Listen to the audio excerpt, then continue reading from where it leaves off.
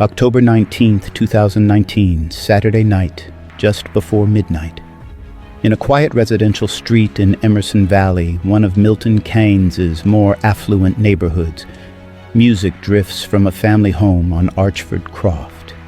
Inside, roughly 20 teenagers are celebrating a 17th birthday. Friends laughing, music turned up just a little too loud, the kind of gathering that happens every weekend across Britain. It's a party that should end with nothing more dramatic than a noise complaint.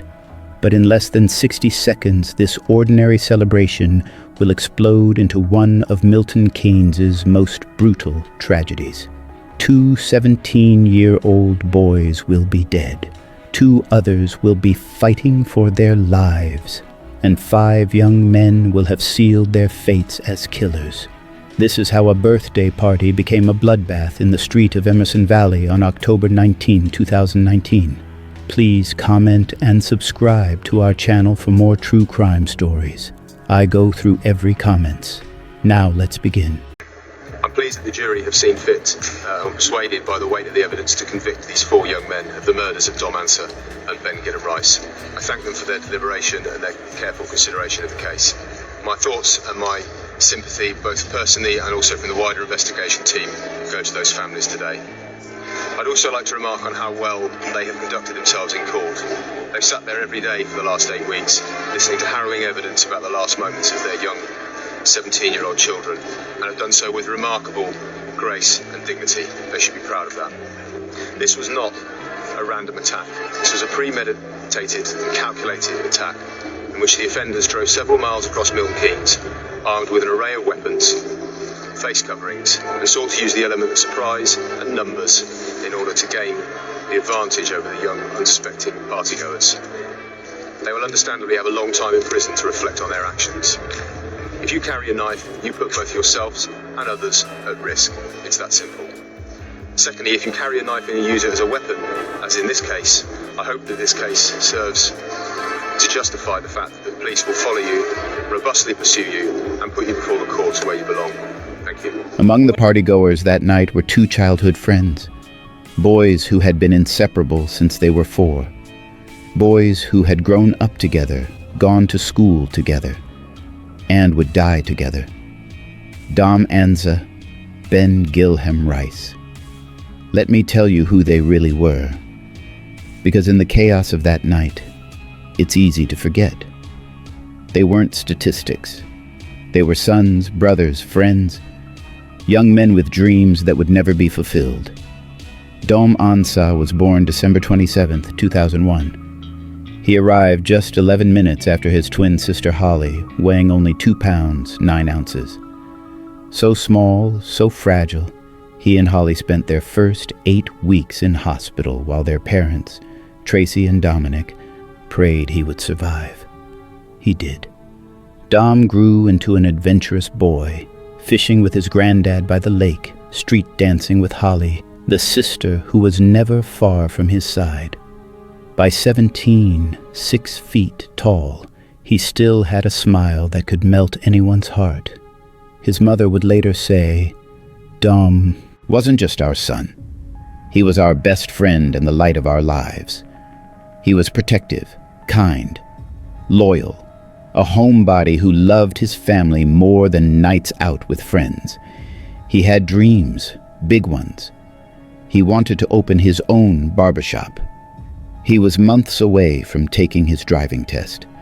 He spoke of becoming a father one day, an uncle to Holly's children. Nearly 500 people would attend his funeral. That's how loved he was." Full of energy, loved life,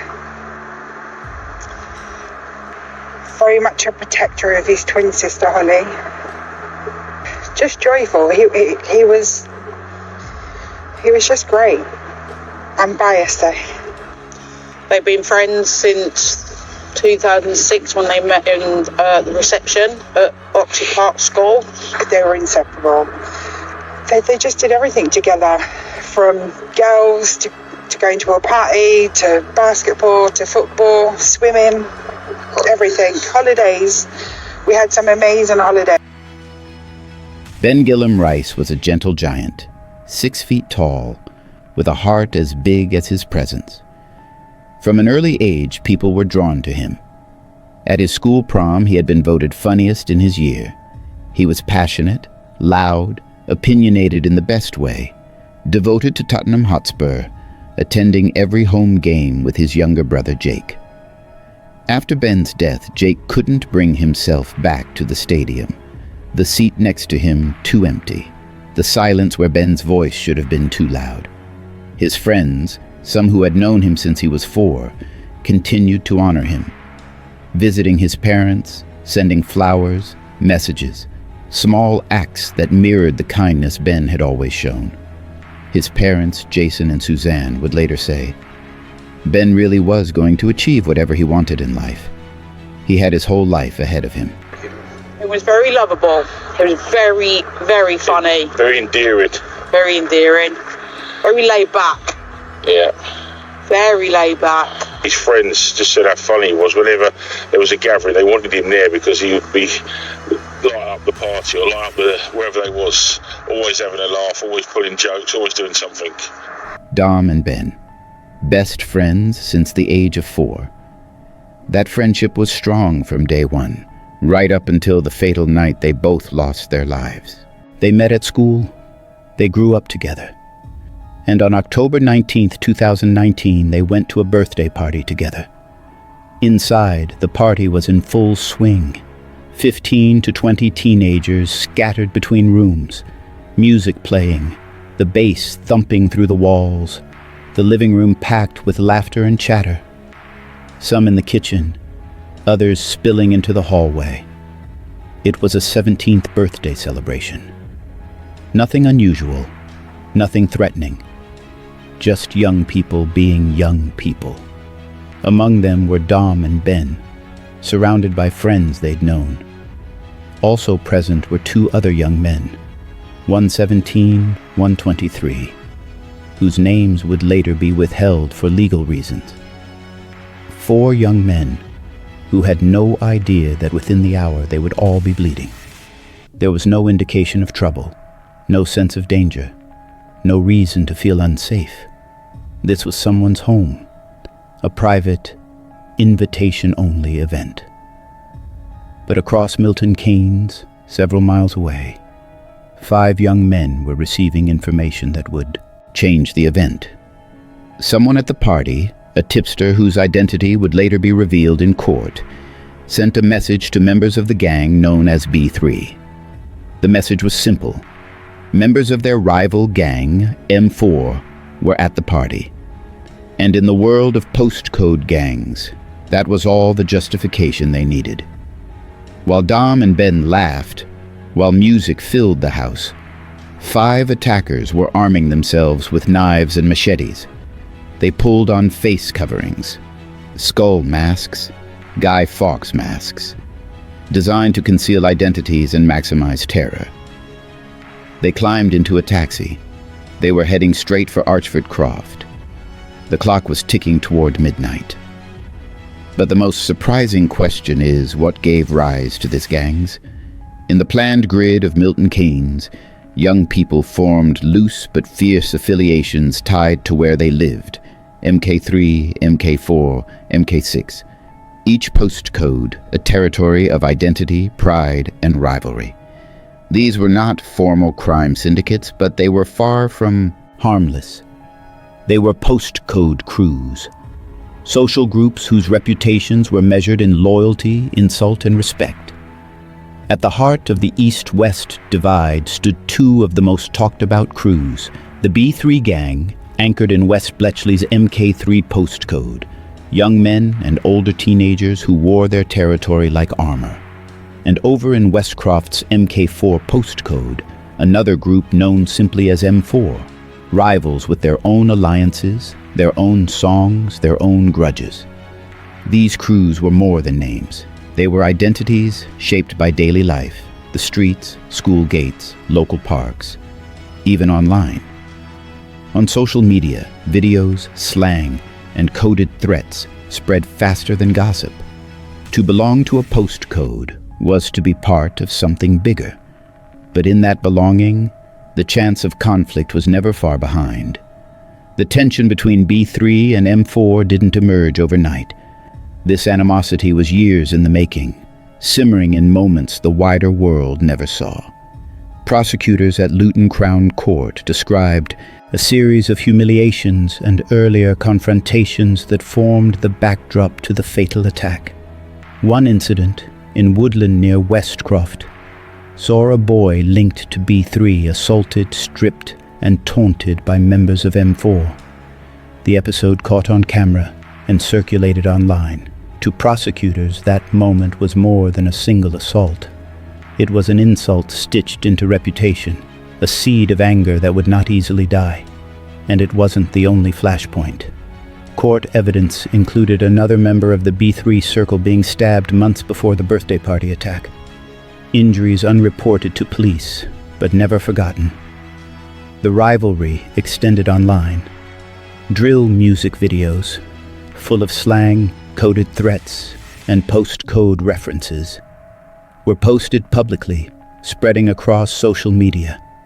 Views, reactions, and shares amplified resentment just as much as any face-to-face confrontation.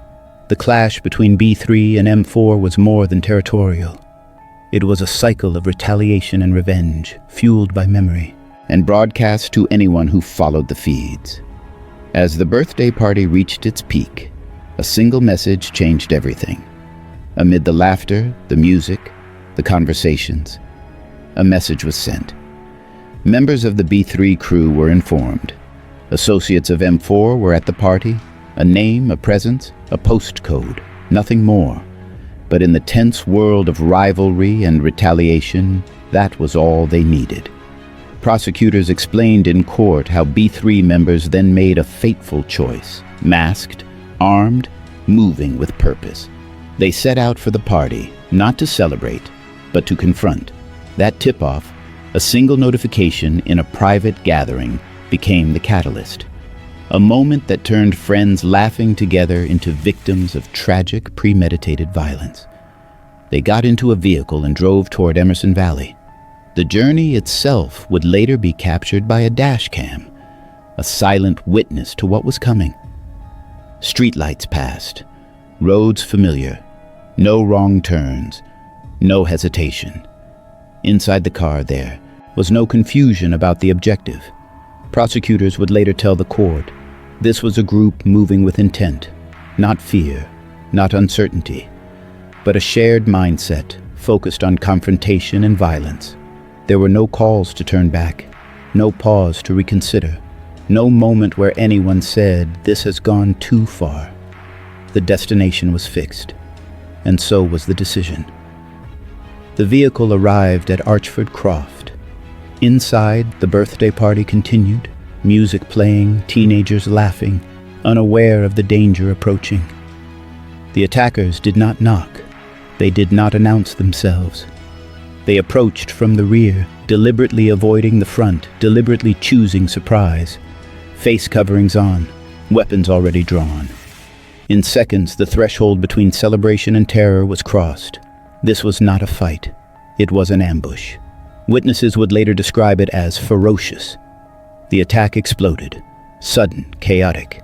It was targeted. Blades moved quickly through confined spaces, shouting, screaming, panic. Daman Sa, just 17, was stabbed. The injuries were catastrophic. Ben Gillam Rice, also 17, was stabbed in the same burst of violence. Two others, a 17-year-old and a 23-year-old man, were slashed, gravely injured, fighting to survive. The assault lasted mere seconds, but in those seconds, lives were ended, and dozens more were permanently altered. For those inside, time fractured, music replaced by confusion, celebration replaced by blood and terror. No one understood what was happening, until it was already over. As suddenly as it began, the attackers fled. They ran back to the vehicle and disappeared into the night, leaving behind devastation, silence, and screams. Emergency calls flooded in. Police, paramedics, first responders, all arriving to a scene of chaos. Teenagers in shock, blood across floors, lives hanging in the balance. Medical teams worked desperately, but for Dom Ansah and Ben Gillum Rice, there was nothing left to be done. They were pronounced dead. In the early hours of the morning, parents were woken by knocks on doors no family should ever hear. A birthday celebration had ended in double homicide, and Milton Keynes would never forget what happened inside that house. As dawn approached, Archford Croft became a sealed crime scene. Police cordons stretched across the quiet street, blue lights reflecting off windows that just hours earlier had held music, laughter, and birthday cheer. Inside, officers moved carefully through rooms still marked by panic and confusion. Bloodstains, overturned furniture, phones abandoned where they had fallen. Forensic teams began their meticulous work, documenting, photographing, collecting. Every footprint, every smear, every fragment mattered. Outside, the surviving partygoers were interviewed one by one. Many were teenagers, many in shock. Their accounts were fragmented and emotional. Investigators followed the trail outward from the house. One of the most critical breakthroughs came from a dash cam recording, capturing the attacker's vehicle traveling toward Emerson Valley. The footage didn't show the violence itself, but it showed movement, timing, and intent. Witnesses independently described the same details: face coverings, multiple attackers, knives drawn before entry. Forensic analysis confirmed it. Knife wounds indicated rapid, repeated strikes, consistent with a coordinated assault, not a spontaneous fight. Then came the digital trail. Police recovered messages, call records, and social media activity.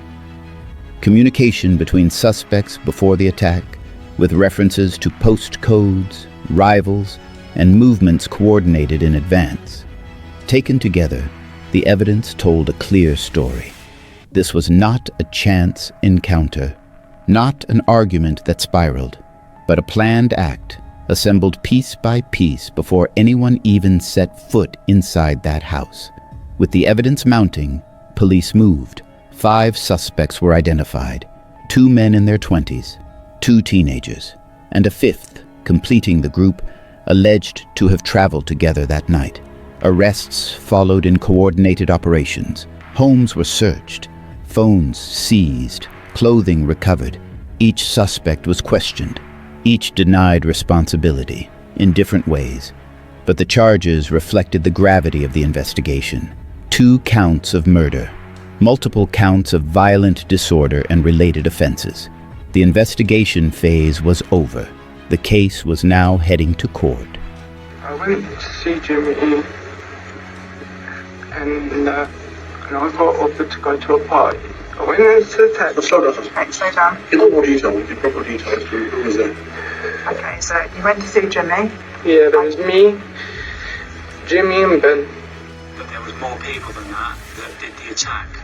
So there must have been some sort of coordination between you all to figure out getting there. Is that what this is?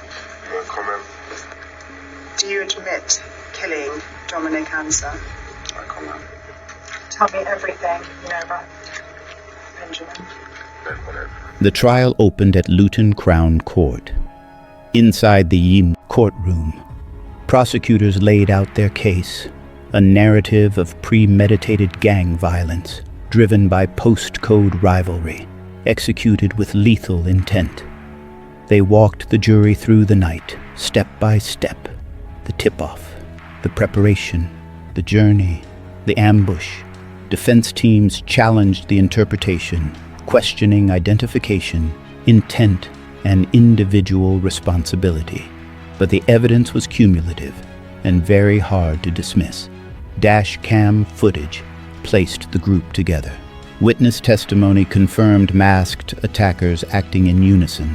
Forensic evidence matched injuries to weapons.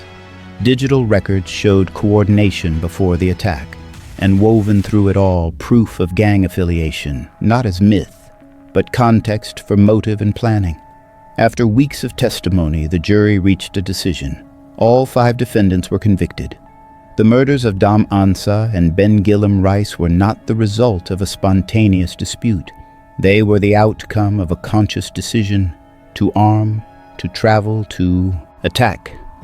Justice, at least in law, had been delivered, but the weight of what had happened did not lift. At sentencing, the courtroom fell silent as the families of the victims spoke. They described empty bedrooms, unanswered messages, futures stolen at 17.